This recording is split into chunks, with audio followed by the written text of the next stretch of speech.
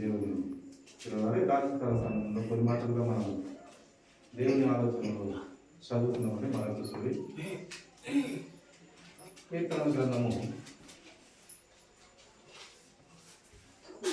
65వ అధ్యాయము మొదటి నుండి కొన్ని వచనాలుగా మనం చదువుకున్నామండి. దేవ సియోనులో మౌనంగా ఉండుట నీకు స్తుతి చెల్లించుటే నీకు ముక్కుబడి చెల్లింపవలసి ఉన్నది. ప్రార్థన ఆలోచించువాడా సర్వ శరీరులు నీ యొద్దకు వచ్చెదరు. ప్రార్థనను ఆలకించే దేవుడుగా ఇక్కడ పరిశుద్ధాత్మను పొందుకొని భక్తులు రాయిస్తూ వచ్చినారు. ప్రార్థన ఆలకించే దేవుడు సర్వ శరీరులు ఆయన యుద్ధకు వచ్చెదరు అంటూ ఇక్కడ వ్రాయిస్తూ వచ్చినారు. ప్రియమైన దేవుని ఆలోచనలో ఉన్నటువంటి పిల్లల, నా మీద మోపబడిన దోషములు భరింపజాలనివి, మనిషి మీద మోపబడినటువంటి దోషములు భరింపజాలనివి, మా అతిక్రమముల నిమిత్తము నీవే ప్రాయచిత్తము చేయుదు. ఇప్పుడు మన ప్రతి పాపాన్ని ప్రాయచిత్తము, విడిపించడము, పరిశుద్ధపరచడము, నీతివంతులుగా చేయడము అది ఎవరి వల్ల సాధ్యము అని వాక్యం తెలియపరుస్తుందంటే పాత నిబంధనలో సైతం అది దేవుని వల్లే సాధ్యము. అందుకే దేవుడు ఒక ప్రవక్తను మీకోసం పంపిస్తాను, ఆ ప్రవక్త సకల లోక కళ్యాణం కోసం ఆయన మీ కొరకు మరణం అవుతాడు. ఆ పరిశుద్ధుడు మీకోసం రక్తం కార్చి మరణం అవుతాడు. దేవుని నా కుమారుడు కనుక, దేవుని కుమారుడు కనుక ఆయన తిరిగి మరణమును జయించి పునరుత్థానంగా ఆయన లేస్తాడు 3వ దినాలని ముందుగానే లేఖనాలు ప్రవచించి మళ్ళీ ఆ లేఖనాలను నెరవేర్చినటువంటి దేవుడుగా మనం గ్రంథంలో చూస్తాం. కనుక ప్రతి పాపమును విడిపించేది దేవుడే అంటూ ఇక్కడ రాయిస్తూ వచ్చినాడు భక్తుని కదా. మన పాపభారం అయితే భరింపజాలనివి. అందుకే కయ్యను హేబేలును చంపినప్పుడు నా పాపభారము నేను సహింపలేనిది, భరించలేనిది, అంత పాపము చేశాను నేనని ప్రాయశ్చిత్తపడి దేశ దిమ్మరి ఆయన వెళ్ళినట్టుగా మనం చూస్తాం. ఎప్పుడైతే మనము తప్పు చేస్తామో, ఎప్పుడైతే మనము దేవుని ఆజ్ఞ మీరి తప్పులోకి వెళ్తామో అప్పుడు ఆ పాపభారము చాలా భరింపలేనిది. చచ్చిన వారిని మనం అయినా చచ్చిన వారమైనా మనల్ని క్రీస్తుతో కూడా మనము జీవించే బిడ్డలుగా మనము దేవుడు ఎన్నుకున్నాడు. ప్రియమైన దేవుని పిల్లలు చూడండి, మరొక అదే లేఖన భాగంలో దీనికి చదువుతూ వస్తామండి. నీ ఆవరణములలో నివసించినట్లు నీవు ఏర్పరచుకొని చేర్చుకునేవాడు. నీ ఆవరణములలో నివసించినట్లు నీవు ఏర్పరచుకొని చేర్చుకునేవాడు ధన్యుడు.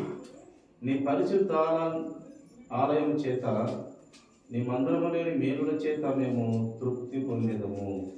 నీ పరిశుద్ధ ఆలయంలోనే, నీ మందిరంలోనే మీరు చేసిన మేలుల చేత మాకు తృప్తి, మాకు శాంతి, మాకు సమాధానము అని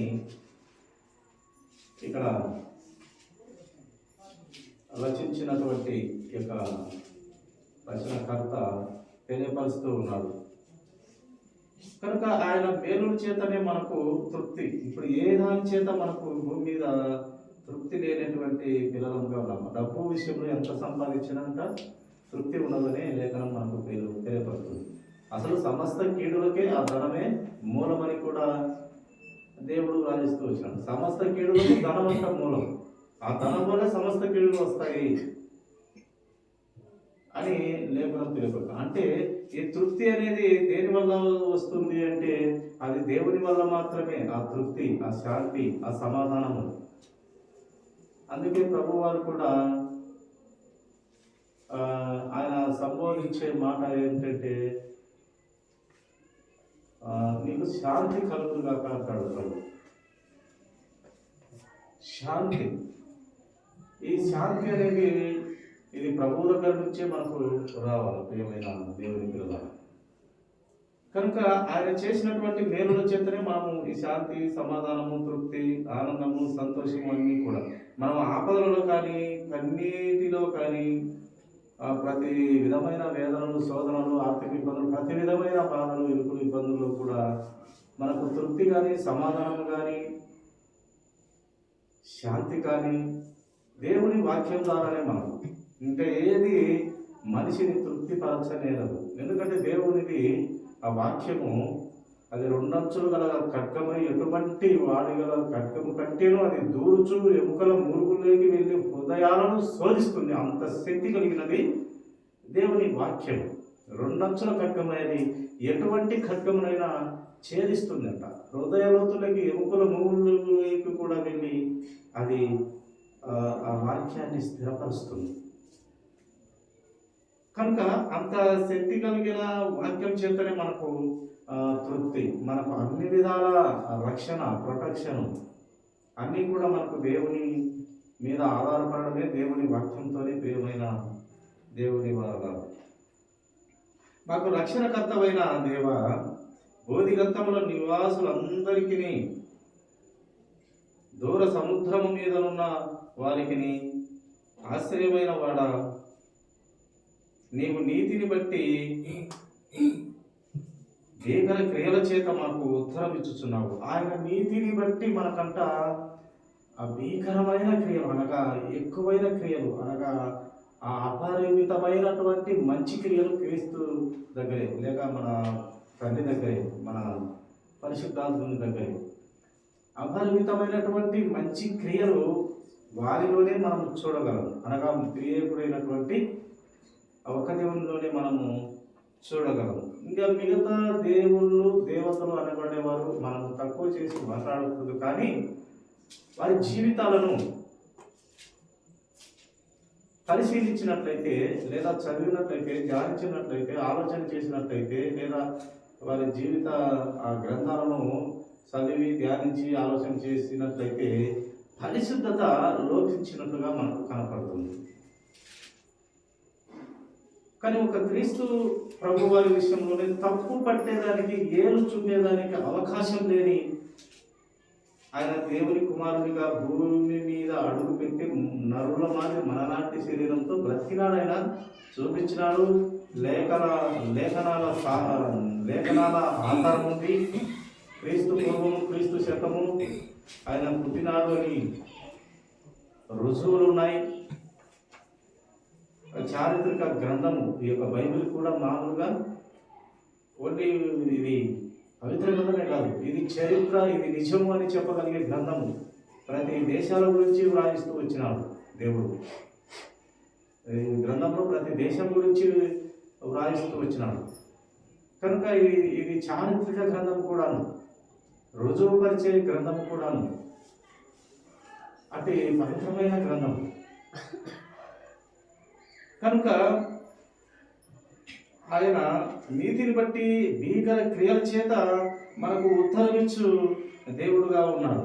చూడండి, బలమునే నడికట్టుగా కట్టుకొనిన వాడై తన శక్తి చేత పర్వతములను స్థిరపరచువాడు ఆయనే. తన శక్తి చేతంట పర్వతములను స్థిరపరిచే దేవుడు ఆయన.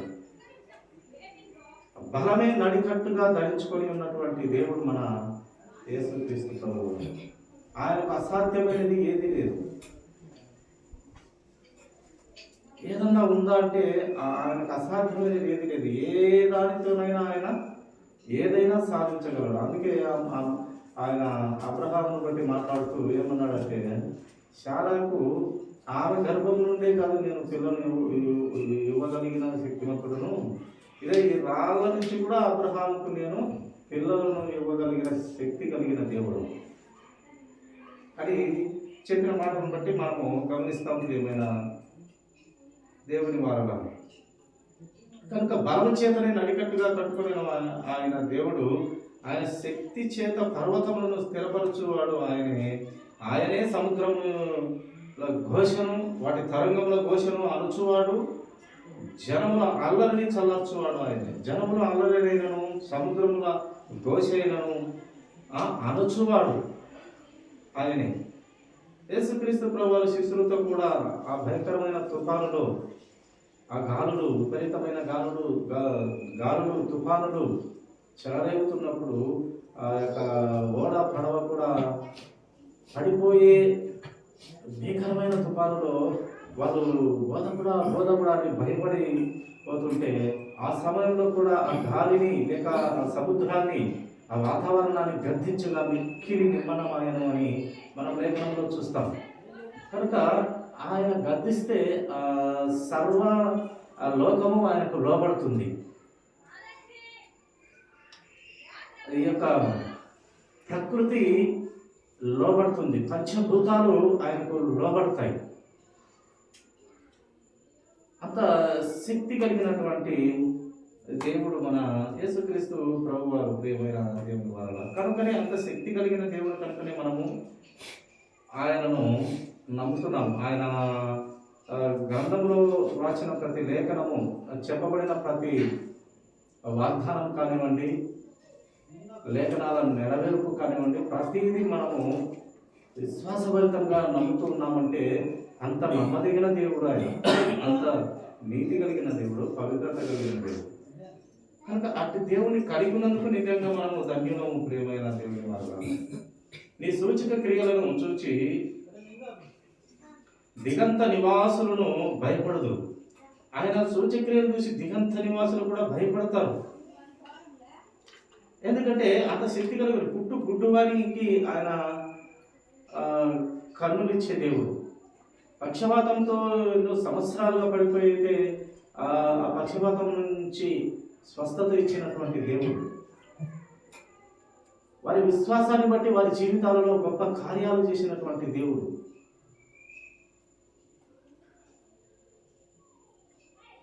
12 సంవత్సరాల నుంచి ఋతుస్రావంతో బాధపడుతున్న ఆ స్త్రీ పవిత్రుడైన యేసయ్యను ముట్టుకోగానే ఆ శాపము ఆగిపోతూ వచ్చింది. బట్ట ముట్టుకొనగానే ఆ యొక్క స్త్రీ స్వస్థత పొందినట్టుగా మనం చూస్తాం. ఈ యొక్క గొప్పదైన ఈ యొక్క గొప్ప కార్యాలని కూడా దేవుడు నేను మాత్రమే చేయగలనని దేవుడు అనుకోవట్లేదు. దేవుడు ఏమనుకుంటున్నాడంటే, నేను మాత్రమే చనిపోయిన వారిని లేపగలను, నేను మాత్రమే స్వస్థత ఇవ్వగలను, నేను మాత్రమే చనిపోయిన వారిని లేపగలను, స్వస్థత ఇవ్వగలను, కుంటి వారిని లేపగలను, పక్షవాతంతో ఉన్న వారిని స్వస్థత ఇవ్వగలను, కుష్ఠరోగిని స్వస్థత చేయగలను. నేను మాత్రమే కాదు, నా బిడ్డలు, నా దాసులు, నా స్నేహితులు, నా యొక్క క్రీస్తు దాసులు లేక క్రీస్తు సైనికులు, నా శిష్యులు, ఎన్నో పేర్లు ఆయన మనకు పెట్టి పిలుస్తూ ఉన్నారు. నా స్నేహితులు అంటారు. మిమ్మల్ని దాసులు అని పిలవక నా స్నేహితులు అని పిలుస్తున్నాను అంటారు.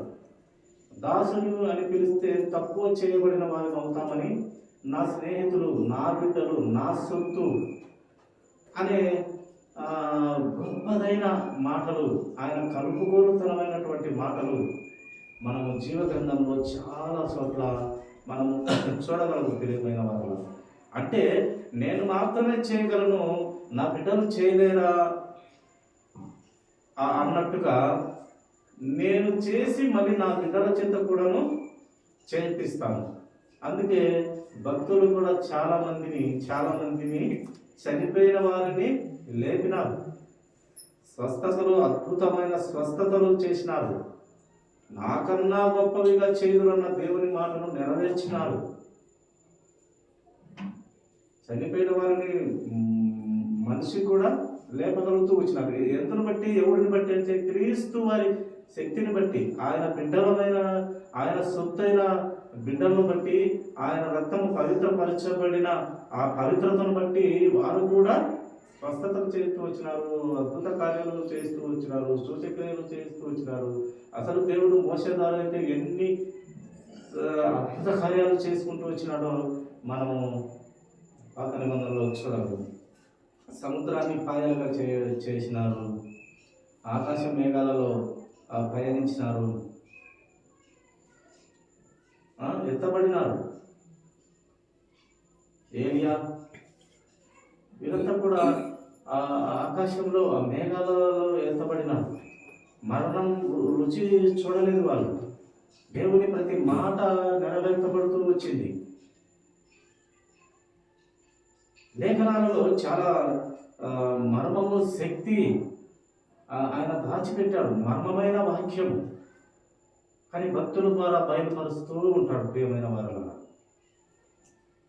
కనుక ఎన్నో సూచక్రియలు ఆయన మాత్రమే, నేను మాత్రమే చేయగలను అని అనుకోకుండా నా పిల్లలు, నా సొత్తైన నా ప్రజలు, నా బిడ్డలు కూడా చేయగలగాలి. అందుకే ప్రభువు ఎవరికైతే దేవుని వాక్యం ఉంచునో వాళ్ళు దైవములు. ఎవరైతే నా పని విపరీతంగా చేస్తారో వారు నా సింహాసనము, అనగా నేను కూర్చుండు ఆ సీటు, ఆ స్థలము నేను ఇస్తాను వారికి. అంటే దేవుడు చూడండి ఎంత గొప్పవాడు. ఒక సీఎం ఉన్నాడండి, గెలుస్తాడు. గెలిచిన తర్వాత ఆ సీఎంఏ కూర్చుంటాడు, కానీ ఆ సీట్లో ఎవరైనా ధైర్యం చేయగలరు? అసలు అపాయింట్మెంట్ కూడా దొరకదు. నెలలు తరబడితే మాట్లాడడానికి కూడా అపాయింట్మెంట్ దొరకదు. నెలలు, సంవత్సరాలు మనం ప్రయత్నం చేసినాం. కానీ మన ప్రభువు, మన రాజు అలాంటి రాజ్యాన్ని, ఏ లోక రాజ్యపు సంబంధమైన రాజు కాదు ఆయన. ఆయన డైరెక్ట్గా ఆయన కూర్చుండే ఆ సీటే, ఆ సింహాసనాన్ని ఇస్తానని వాగ్దానం చేసిన దేవుడు మన యేసుక్రీస్తు ప్రభువు. అందుకే ఆయన శక్తి చాలా, ఆయన ప్రేమ చాలా అద్భుతము, ఆయన శక్తి చాలా చెప్పలేనంతటువంటి శక్తి ఆయనది. కనుక నీ సూచక్రియలను చూచి దివంగత నివాసులను భయపడుదురు. అలాంటి సూచక్రియలు చేస్తారు. ఆయన పిల్లల ద్వారా కూడా దేవుడు చేయిస్తాడు. ఉదయ సాయంత్రముల ఉత్పత్తులను నీవు సంతోషభరితములుగా చేయుచున్నావు. నీవు భూమిని దర్శించి దాన్ని తడుపుచున్నావు, దానికి మహదైశ్వర్యము కలుగజేయుచున్నావు. భూమిని దర్శించి దాన్ని తడిపే దేవుడు. మనము చూడండి, ఒక బోరేస్తే ఒక 5-6 ఎకరాలు లేదా ఒక 10 ఎకరాలు పారించగలడు నీరు. బాగా నీళ్లు పడితే ఒక 10 ఎకరాలు పారించగలడు మనిషి. కానీ దేవుడు సర్వశక్తిమంతుడు. కొన్ని నిమిషాల్లోనే ఆయన భూమినంతా తడుపగలడు. అంటే ఆయనకు అసాధ్యమైనది లేదు కదా. ఆయన ఆజ్ఞ ఇస్తే వర్షం కురుస్తుంది, ఆ ఆజ్ఞ ఇవ్వకుంటే ఆగిపోతుంది. ఈ భూమి మీద మంచు కురిపించే దేవుడు ఆయనే, వర్షాన్ని ఇచ్చేది ఆయనే. చాలా శక్తివంతుడుగా మనము లేఖనాలలో మనము ఆయన బలము, ఆయన శక్తిని మనము గమనిస్తూ ఉంటాం ప్రియమైన దేవుని వారు. చూడండి, నీవు భూమిని దర్శించి దాన్ని తడుపుచున్నావు. భూమిని అంతటిని తడిపే దేవుడు ఆయన. మనమైతే 5 ఎకరాలు 10 ఎకరాలు ఒక బోరేస్తే తడపగలము, కానీ మనము ఎక్కువ కూడా తడపగలం. అది నీళ్లు బాగా వస్తాయి. నీళ్లు బాగా రాకుంటే ఒక ఎకర తడవడానికి 4-5 రోజులు పడుతుంది. అట్లాంటి భూములు, అట్లాంటి బోర్లు కూడా ఉన్నాయి. ఒక ఎకర తడవడానికి 3-4 రోజులు కావాలి. కానీ దేవుడు అలా కాదు. ఆయన సమస్తను ఒకసారి తడపగలిగిన సమర్థుడు. మనం 6 మూట ఒడ్లు తీసుకొని పోయేస్తే 40 మూటలు ఇచ్చే దేవుడు ఆయన. ఆయన అంటాడు, ప్రభువు, మీరు యథార్థత, పవిత్రతగా, నీతి నిజాయితీగా నాకు లోబడి నా చిత్తము నెరవేర్చిన బిడ్డలుగినైతే నేను మీ పంటలకున్న పురుగులకు ఆజ్ఞ ఇస్తాను, అవి మీ పంటను నాశనం చేయవు అని దేవుని లేఖనము బైబిల్ గ్రంథంలో వ్రాయబడింది. నేను పురుగులకు ఆజ్ఞ ఇస్తే పంటలు అవి నాశనం చేయకుండా ఆగిపోతాయి. ఇలాంటి లేఖన భాగాలు ఎన్నో, ఆయన శక్తివంతమైన లేఖనాలు ఎన్నో మనము జీవగ్రంథంలో చదువుతున్నప్పుడు నిజంగా ఎంత శక్తివంతుడు దేవుడు, ఎంత నమ్మకమైన దేవుడు, ఎంత ప్రేమ కలిగిన వాడు, ఎంత కృప కలిగిన వాడు, ఆయన శక్తి ఎంత మితిమీరనిది అని మనకు అర్థమవుతుంది ప్రియమైన వారు. కనుక దానికి మహదైశ్వర్యము కలగజేసే దేవుడు, భూమికి మహదైశ్వర్యం కలగజేస్తున్నావు.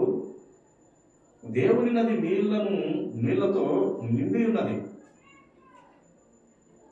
చూడండి, ఆయన నది నిజంగా ఈ భూమి మీద 3 భాగాలు 4 భాగాలుగా భూమిని చేస్తే 3 భాగాలు నీటితోనే ఉన్నదంట. ఒక్క భాగం మాత్రమే ఆరిన నేల. ఆ ఆరిన నేల మీద మనం అందరం కూడా బ్రతుకుతున్నాం.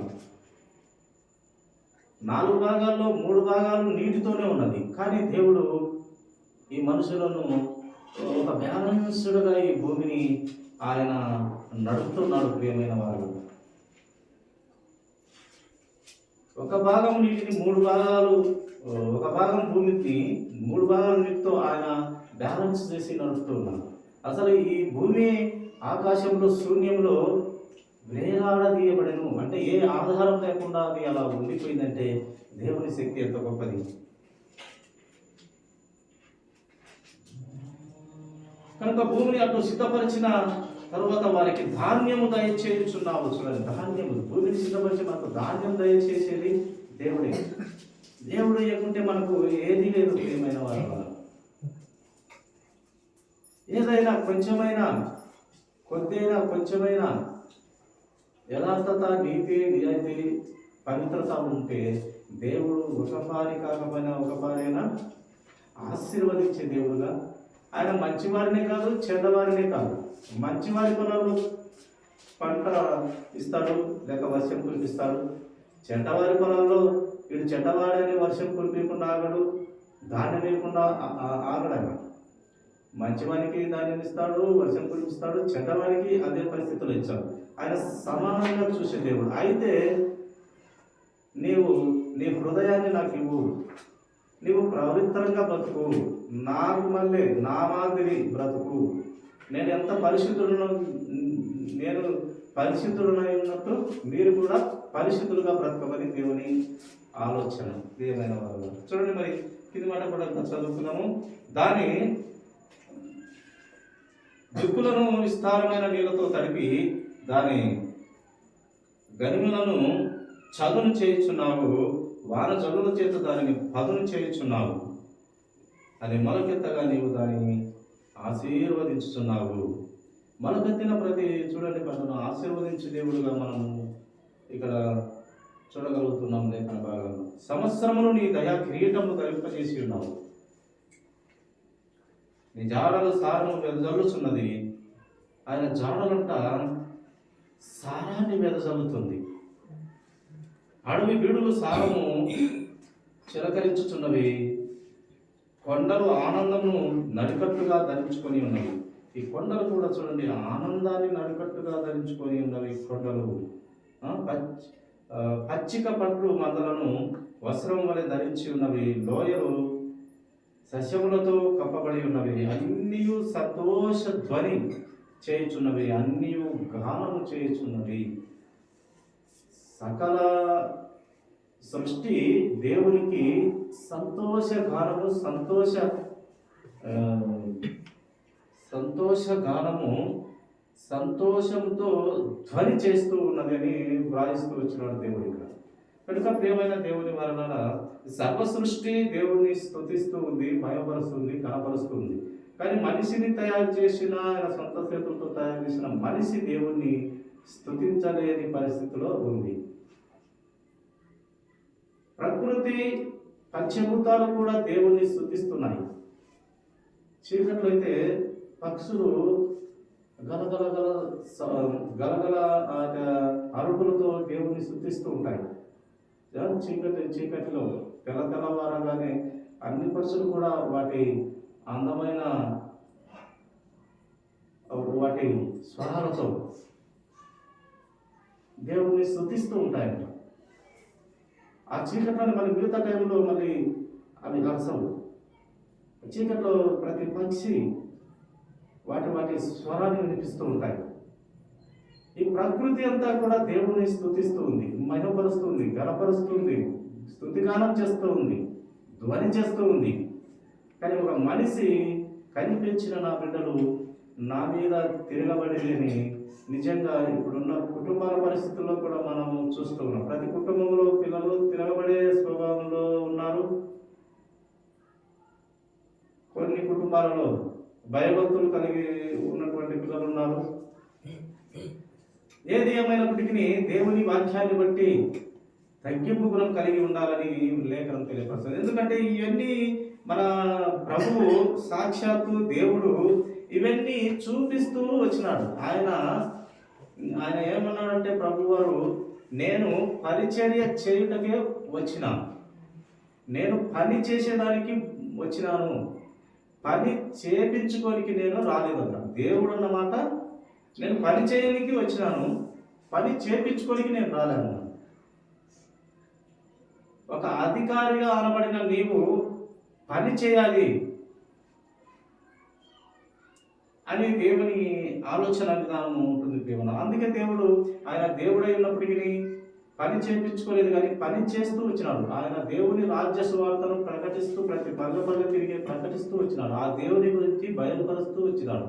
ఆ సర్వ సృష్టి యెహోవా గురించి, ఆ పరలోక రాజ్యం కట్టిన దేవుని గురించి బయలుపరుస్తూ ప్రత్యక్షపరుస్తూ, ఆయన నా తండ్రి, నేను ఆయన కుమారుణ్ణి అని, ఇది పరలోక రాజ్యం ఒకటి ఉంది, మరణమైన తర్వాత మళ్ళీ అసలైన జీవితం మళ్ళీ ఉంది అని చాలా విషయాల మీద ఆయన శిష్యులకు తెలుపుతూ దేవుని గురించి ఆయన ప్రత్యక్షతను, ఆయన గుణగణాలను బయలుపరుస్తూ వచ్చినాడు యేసుక్రీస్తు ప్రభు. ఆయన గుణగణాలను బయలుపరుస్తూ రావడమే కాకుండా ఏం చేసినాడంటే ఆయన మాదిరి చూపించినాడు మనకు. ఆయన గర్వం ఎక్కడ చూపించలేదు. దేవుడైనప్పటికీ మనుషుల పాదాలు కడిగి ఇది ఇలా చేసుకొని మీరు కూడా, ఇదో ఇలాగ మీరు ఒకరి పాదంలో ఒకరు కడుగుకొని, అలాగే తగ్గింపు స్వభావం కలిగి ఉన్నాడు. ఎవడైతే ఎంత తగ్గించబడతాడో వాడు అంత హెచ్చించబడను కనుక తగ్గింపు స్వభావం కలిగి ఉండండి. నేను పెద్ద అనే గర్వాన్ని విడిచి, పెద్ద అయినప్పటికీ నీవు పనిచేసే వాడిగా కనపడు, యథార్థంగా కనపడు, వినపడు అని ప్రభువు ఆ మాదిరి పెట్టుకున్నాడు ప్రియమైన దేవుని వల్ల. కనుక అంత దేవుడైనప్పటికీ ఆయన నేను గొప్పవాణ్ణి ఎక్కడ కనపరుచుకోలేదు. ఆయన నడతలో కానీ, చూపులో కానీ, ప్రవర్తనలో కానీ, ఆయన మాటలో కానీ, తీరులో కానీ, ఆలోచన విధానంలో కానీ ఏ విధం చేతనైనా ఆయన తప్పు పట్టేదానికి అవకాశమే లేకుండా, అందుకే ఆయన గొప్పదైన, విలువైన, శక్తివంతమైన, ఇప్పటికీ ఎవరు ఏళ్ళు పెట్టి నేను తప్పు అని చెప్పలేని ధైర్యం ఏ మానవునికి లేకుండా మీలో ఎవరైనా సరే నాలో పాపం ఉన్నదని స్థాపించగలరా అని క్వశ్చన్ చేసినాడు. అంతే, ఎవరు స్థాపించలేదు. నాలో పాపం ఉన్నదని మీరు ఎవరైనా స్థాపించగలరంటే ఎవరు ఇప్పటికీ ఊరికి లేకపోయి నిందలు వేయాల్సిందే కానీ, మాట్లాడాల్సిందే కానీ అవి చెల్లని మాటలు. ఆయన తప్పు చేసినట్లే ఎక్కడా లేదు. ఆయన ఎందుకు తప్పు చేస్తాడు? ఆయన దేవుని కుమారుడు, తప్పు చేయడు కనుకనే, ఆయన పరిశుద్ధుడు కనుకనే సమస్తమును ఆయన చేతికి అప్పచెప్పి సమస్తమును ఆయన ద్వారా కలుగు చేసినాడు దేవుడు. ఆయన తప్పు చేయడు కనుకనే, ఆయన చెప్పింది చెప్పినట్టు చేస్తాడు కనుకనే అందరి పాపాలను తీసివేసే అధికారిగా దేవుడు నియమించినాడు. ఆయన తప్పు చేస్తే ఇన్ని అధికారాలు, ఇంత సర్వసృష్టి ఆయన ఎందుకు అప్పచెప్తాడు? తండ్రి అప్పచెప్పడు. ఆయన తప్పు చేయనటువంటి వాడు. ఆయన లోపము ఆయనలో కనపడదు. అంత శక్తివంతమైన దేవుని ఆలోచనలు మనం ప్రతిరోజు కూడా కొన్ని మాటలు నెమరు వేసుకొని ఆయన జీవితంలో జరిగిన సంఘటనలు, సన్నివేశాలు, కార్యాలు, ఆశ్చర్యకార్యాలు, సూచక్రియలు, ప్రతి విధమైన మాట తీరు, ప్రవర్తన అన్నీ కూడా నేర్చుకుంటూ మన బ్రతుకును సరి చేసుకుంటూ ముందుకు వెళ్ళాలని దేవుడు కోరుతున్నారు. కనుక ఏదైనా స్థితిలో మనం పరిశుద్ధాత్మ పొందుకునే స్థితిలో మనం ముందుకు వెళ్తాము. దేవుడు కొద్ది మనం